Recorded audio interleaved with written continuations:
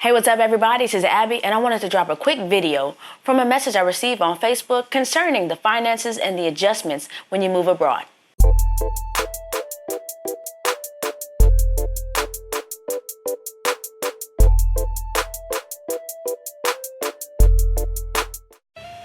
All right, so I received a Facebook message from one of my followers, and I'll read you what it says. It says, "Hi, Abby. I'm interviewing for a position in Ras Al Khaimah, and I'm wondering if you had any videos or would be willing to make one on what you pay for living expenses / food, what your school provides, or any insights on how you budget your money in general, percentages, not actual dollar amounts.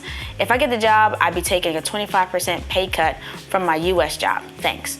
All right, so I have a few answers, if you will, from my perspective on what I have or what I have access to in my living abroad. So here we go. Well, first off, concerning my living expenses, I have benefited because my school pays for the accommodations. The actual apartment that I live in, the school pays for that. So I have a 1-bedroom apartment here. I know other people in different schools might have a 2-bedroom accommodation. If you're married or if you have children, your accommodations changes based on what you have. So if you're married, I know a lot of people get 2 bedrooms. If you have 2 or 3 kids, the accommodations kind of fluctuate from there. Also with my particular school, after a 2-year commitment, you can go out and find different living. So you don't have to, I live on school housing right now, what they suggested, and then after this next school year, if I choose to find a different area to live in, I will be able to get that, and the school will pay for the actual facility within a certain range. So whatever contract that you are looking into, you want to make sure that you're clear on what the living allowance is and or what what they're providing for you. Are they providing accommodation within your contract or in addition to? Is the money coming out of your paycheck for your living, or is it included in the contract? So for mine, my housing was included and my pay is different. So housing for the school, my pay for me. My pay and housing they don't intertwine. So check that for sure. And yeah, every school has different accommodations and what they are willing to give. So just check that out. Other expenses that I have, like I said, contracts are different everywhere. I pay, in particular, out of my paycheck, I pay for water, electricity, and I pay for internet. And that is a tremendous decrease from what I was paying back in the States, where I was paying the actual rent. I was paying water, electricity, garbage and sewer, cell phone, what else? And internet. So I've taken a dramatic decline in monthly expenses in terms of what I actually pay out. I've mentioned this a number of different times, and you'll hear me say everybody is different. Read your contract, read the agreement, read what they're trying to give you, and then you can make your decision based off of a number of different things. But like I said, it's important to read to understand what you are getting, what they are providing, what they're expecting from you. So read. Food, when it comes down to food, I have I'm like a vegetarian, so a lot of my food I make at home when I'm not being lazy, but also being here, there's a lot of options to be able to deliver food. So it depends on what you want. Are you a person that orders out all the time? They make it super simple, so don't get caught up in that.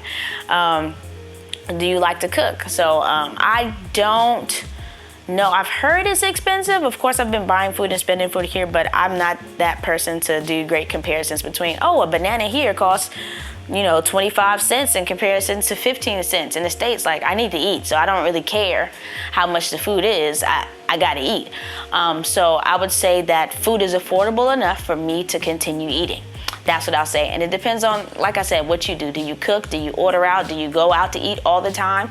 So food is on you, what your preference is. So I save a lot of money, in my opinion, because I don't eat, chicken, beef, never ate pork. I don't eat too much seafood. Like if I want to, I eat like salmon when I go out every now and then. But I feel like my expenses are lower because I don't have typical things. I eat a lot of produce and things of that sort. So food for me is not a big whoop when it comes to how much it costs, because at the end of the day, you gotta eat. School provisions, things that the schools provided for me outside of housing and things like that from day to day. My particular campus, we were provided with a MacBook and an iPad in terms of school like necessities. I'm also a PE teacher, so I was able to get a PE kit. So we get like pretty much full uniform to wear from day to day that we can wear inside and outside. And my school is a brilliant place to be because we have a lot of resources. So every school is different. You need to see what they have. Ask people. Oh, also, like one thing that is helpful, I know you reached out to me, but honestly, if the school has already reached out to you, you should ask them for somebody's contact information and communicate directly with that person or persons to see and get the deal on what that particular campus has. I was fortunate enough to be able to reach out via Facebook and WhatsApp with some people who are already at my campus prior to my arrival here to be able to get some insight. I was also able to connect directly with a PE teacher who was able to give me firsthand what the experience would be and what is available to us. Budgets. I am cognizant of a budget. Am I good at it? Not necessarily. So when it comes to budget, yeah, I'm just not the greatest at it. I don't spend a lot of money because I have a mindset to where I'm always working from the lack, if that makes any sense. So in my mind, I tell myself that I don't necessarily have money, so I don't spend too much of it. Now, there's certain things that I will spend money on. For instance, this new lens that you're seeing me on. I spent some money on that. So that there are things that I spend money on and there's things that I just don't. I guess like according to my interest and personality, things like that. So when it comes to budgeting, like I eat, I might go out every now and then, but outside of that, I'm at this house fidgeting on my computer and things like that. So my budget is not as extensive outside of like my monthly bills and student loans that you have to pay back in the States, but it's not like overextensive because I am a pretty simple person and I pretty much keep to myself. So it's according to what you enjoy, what you like to do, where you like to go, and you have to manage that budget. My budget is pretty good because I don't spend too much unnecessary money unless I'm buying camera equipment. Now, what I will say, I was talking to some friends about this the other day, is my comparison between teaching in the United States and teaching here in the UAE, and some of the things that I have the opportunity to do because I no longer live in the United States currently. So, like I said, not paying for your accommodations is like the drastic thing, and I would do a comparison for that with your U.S. With your U.S. money that you were saying that you're going to take a 25% pay cut. Are you, paying a mortgage? Are you paying rent? Like if that expense is gone, then you need to readjust your calculations because I know living was one of my biggest expenses when it came down to it. So I live in student housing. I'm not student housing, but I live in the accommodation provided by the school. I do not drive here, so I don't have to pay insurance. I live like directly across the street from my school, so my commuting and things like that, I don't need a taxi, I don't need a car, things of that sort. So that's another expense that's gone. Yeah, what else? It's really just, I'm having an amazing time. So I would say, all in all, even if it is a decrease, the experience is worth every single penny. And when you get here, you can find a way to save. Like, that's no big deal. Don't let the 25% take away from the massive amount that you will acquire when you have this experience of living abroad.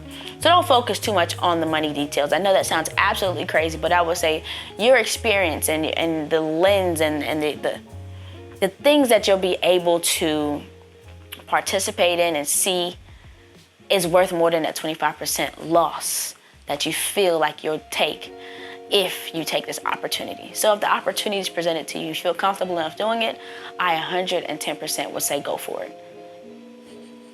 Simple. If you have any other questions, folks, please comment, message me below. I know this video is probably a little long, a little short. I don't know how I'm going to edit it. But anyway, if you have any other questions, please feel free to message me and I'll be happy to make any content or video just referring it from my perspective and sharing it with you all. So thank you so much. Please like, subscribe, share, all the other good stuff, and I'll see you soon.